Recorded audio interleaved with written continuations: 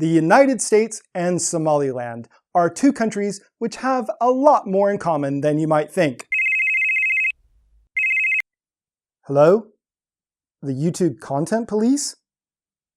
I'm using the format of famous YouTuber Mr. Beat without permission? No, please, don't hit the dislike button. I'll sort it out. Hold on. Whew. Crikey, they're tough.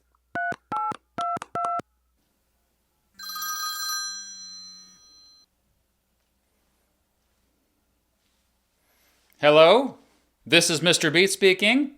Hey, Mr. Beat. This is your fellow YouTuber, Fredo Rockwell here. Oh, well, hi, Fredo. Great to hear from you. I was wondering, would you mind if I used your popular compared video format so that I could make a video comparing the United States to Somaliland? Why no, not at all. In fact, I'm actually in the middle of filming a video in which I compare Somalia to Ethiopia. That's just a weird coincidence, man. Seriously, what are the chances of that? Say, I've got a great idea. Why don't we publish our videos at the same time? And then when people finish watching my video, all the way to the end, they can go and watch your video, and vice versa. What do you think? That sounds amazing. Okay, this is great. And once again, thanks for letting me use your format. And if you don't mind, I'm going to use a little funny blue arrow as well. No problem. Good luck with the video. Right, so as I was saying, you might think that Somaliland and the United States have nothing in common. But I am here today to tell you that they have tons of things in common. But this is a Mr. Beat style comparison video, so I guess I better at least quickly cover the differences. The United States is an enormous country of over 3.7 million square miles, spanning the entire North American continent from the Atlantic Ocean to the Pacific Ocean. Somaliland is a small to medium-sized country, covering 68,000 square miles, and is located in what is known as the Horn of Africa. It borders the Indian Ocean in what is called the Gulf of Aden. The United States is one of the richest countries in the world, with a per capita gross domestic product of $76,027 per year. Somaliland is considered a low-income country with a per capita gross domestic product of $697 per year. That is low by international standards, but higher than the same figure for Somalia and not too far behind several other countries in the region. The United States is a very powerful country diplomatically. It is a permanent member of the United Nations Security Council, the lead country in the NATO military alliance, and has full diplomatic relations with almost every country in the world. Somaliland, meanwhile, is an unrecognized country. It's a real country. It's really not part of Somalia in any meaningful way. Its government is independent, fully democratic, and stable. But Somaliland is not a member of the United Nations and, importantly, is not recognized by any UN member. So these are some pretty big differences, and to be honest, there are several more. But I'm about to rattle off a long list of similarities which I think might surprise you. Let's start with history. Both the United States and Somaliland are former British colonies. The US was originally 13 different British colonies who gained their independence in 1776. The UK granted independence to its former colony, the British Protectorate of Somaliland, on the 26th of June 1960. 5 days later, on the 1st of July, Somaliland united with the Italian-administered Trust Territory of Somalia to form the Somali Republic. But we'll get back to that. Both the United States and Somaliland have founding fathers who gathered together to debate the country's future before signing declarations of independence. For the United States, this gathering was called the Second Continental Congress, which met starting in 1775, primarily in Philadelphia, in the building now known as Independence Hall. On the 4th of July, 1776, that group signed the Declaration of Independence of the United States from Great Britain. For Somaliland, its founding fathers met for several weeks in 1991 in the town of Barrow.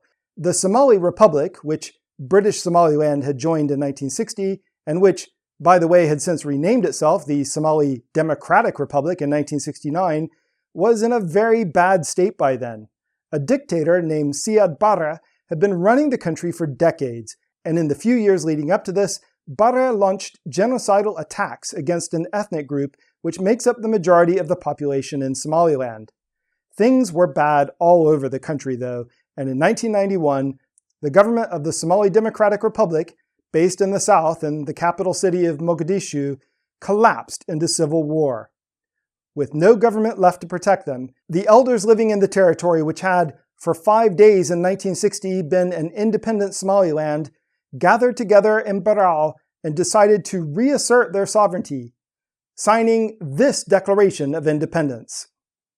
The US and Somaliland both have innovative national constitutions. The United States ratified its constitution in 1789 and was the first constitution anywhere in the world to successfully establish a truly republican form of government.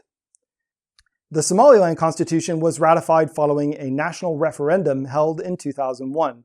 99% of the population took part, and 97% supported the new constitution.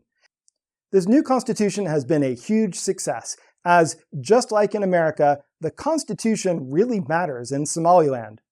One key innovation, to prevent political parties from dividing along the many ethnic groups in Somaliland, as happens in a lot of countries, Somaliland's constitution only allows 3 political parties to compete at the national level at any one time. Both the US and Somaliland have established democracies which have set an example for other countries. The US was arguably one of the first democracies anywhere in the world and has been holding successful democratic elections for over 200 years. Somaliland, meanwhile, since ratifying its constitution in 2001, has held 7 nationwide elections. All of these were one-person, one-vote elections in which multiple political parties competed against each other and have led to multiple peaceful transitions of power. Now that last part is a big deal. Peaceful transitions of power are relatively rare in much of the world, and Somaliland's record on this count is unmatched by any other country in Africa. Both the United States and Somaliland have 3 branches of government: executive, legislative, and judicial. Leading the executive branch in the US is 46th President Joe Biden, who was elected in 2020, and leading the Somaliland executive branch is 5th President Musa Bihi Abdi, who was elected in 2017. Both the United States and Somaliland have bicameral legislatures. The United States Congress is split into the House of Representatives and the Senate, while Somaliland's parliament also has a House of Representatives and a House of Elders, also known by its Somali name, the Gurti. Currently, the House of Elders is not elected and is instead made up of traditional clan leaders. Switching to elected membership for the House of Elders is something that may happen soon, however. Both the United States and Somaliland have histories of divided government. In the US, the presidency and Congress are both currently controlled by the Democrats, but that's something that's not always the case. There is often Republicans in the presidency and Democrats controlling Congress, or vice versa. In Somaliland, President Musa is from the Kulmiya Party, but in the 2021 parliamentary elections, the Wadani Party won most of the seats in Somaliland's House of Representatives. Now, speaking of political parties, both countries are multi-party democracies, but there are some significant differences. For the past 150 years, the US has almost exclusively elected leaders from one of 2 parties, the Republicans and the Democrats. Other parties are allowed to exist, but tradition and a lot of state and local laws effectively make it impossible for new parties to emerge on the national level. And don't even get me started about this one. In Somaliland, in an effort to prevent political parties from being based on the many ethnic clan and sub-clan divisions in the region, only 3 parties are allowed to compete in presidential and parliamentary elections. These parties are chosen from the top 3 performers in local elections.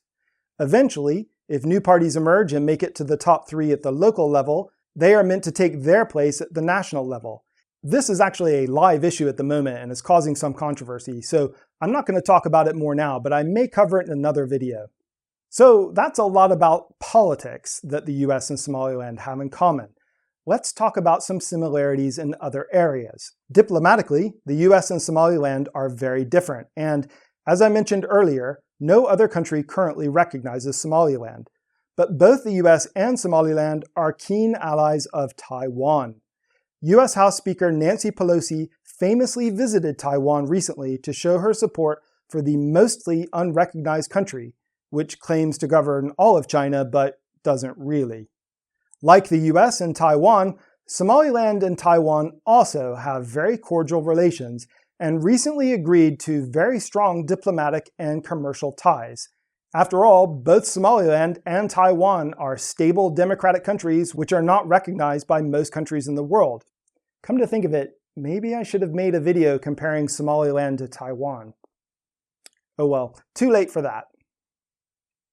The US and Somaliland are both very business-friendly countries. Despite a lack of formal recognition, Somaliland has successfully attracted substantial investment from the United Arab Emirates, which has funded an enormous new port at Berbera, and Taiwan, of course, is investing in oil production and several other sectors. And the welcome mat is generally open for businesses that want to invest in Somaliland. Just get in touch if you're interested. Neither the US or Somaliland rely on international aid. For the US, this is because it is one of the richest countries in the world, so it doesn't need aid. For Somaliland, which really could use the aid, the reason it doesn't get it is because of its lack of recognition. And this is a problem. It's been known to happen that governments will send money to the Somalian government in Mogadishu, which is widely recognized, and ask for that money to be sent to Somaliland, but it never quite gets there. The economies of the US and Somaliland are very different, but there's one sector that they are both huge players in: livestock. In the US, where beef production is a huge industry, there are currently 93.6 million head of cattle. That's a lot of cows. In Somaliland, there are only about 400,000 head of cattle, but there are an estimated 8.4 million goats, 8.75 million sheep, and 1.69 million camels. Yes, both camel milk and camel meat are both huge in Somaliland, and if you don't believe me, just ask someone from there. The livestock sector is actually really critical to Somaliland's economy at the moment. It employs 70% of the population and makes up 85% of exports, and it is an especially important source of meat for feeding the 2.5 million pilgrims who visit Saudi Arabia every year for the Hajj festival. So if you go on the Hajj and you're given a meal which includes goat's meat, there's a really good chance that that meat came from Somaliland. And lastly, both the United States and Somaliland have really similar attitudes when it comes to patriotism.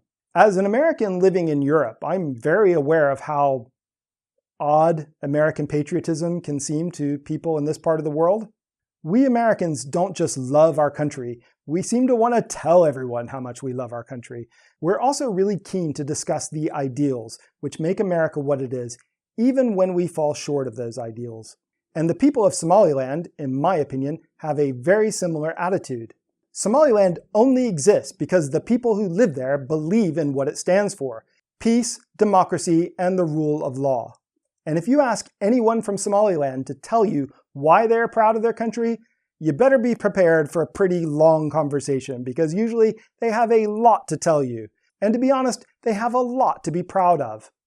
So in this respect especially, the people of the United States and the people of Somaliland have a lot in common.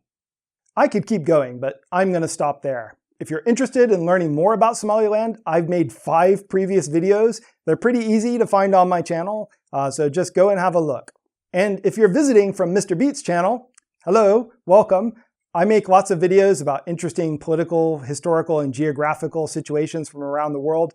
They're not all about Somaliland, although obviously it's a special subject to me. So I'd love it if you had a look around the channel and maybe stuck around. And I'll see you guys in the next video.